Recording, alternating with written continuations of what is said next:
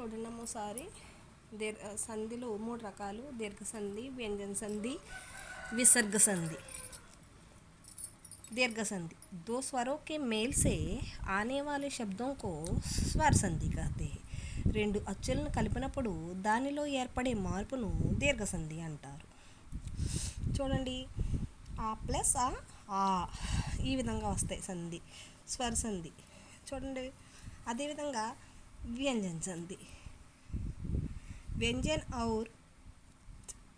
व्यंजन और स्वर के मेल से आने वाले शब्दों को व्यंजन संधि कहते हैं.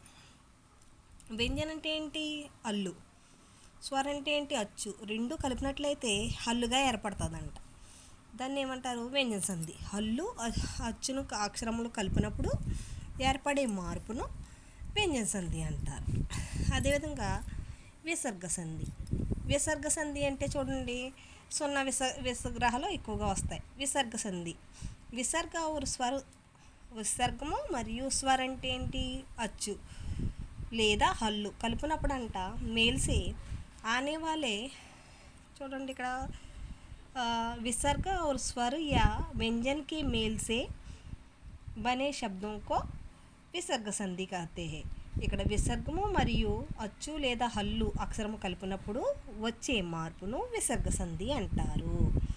నెక్స్ట్ టాపిక్లో స్వర సంధి 5 రకాలు.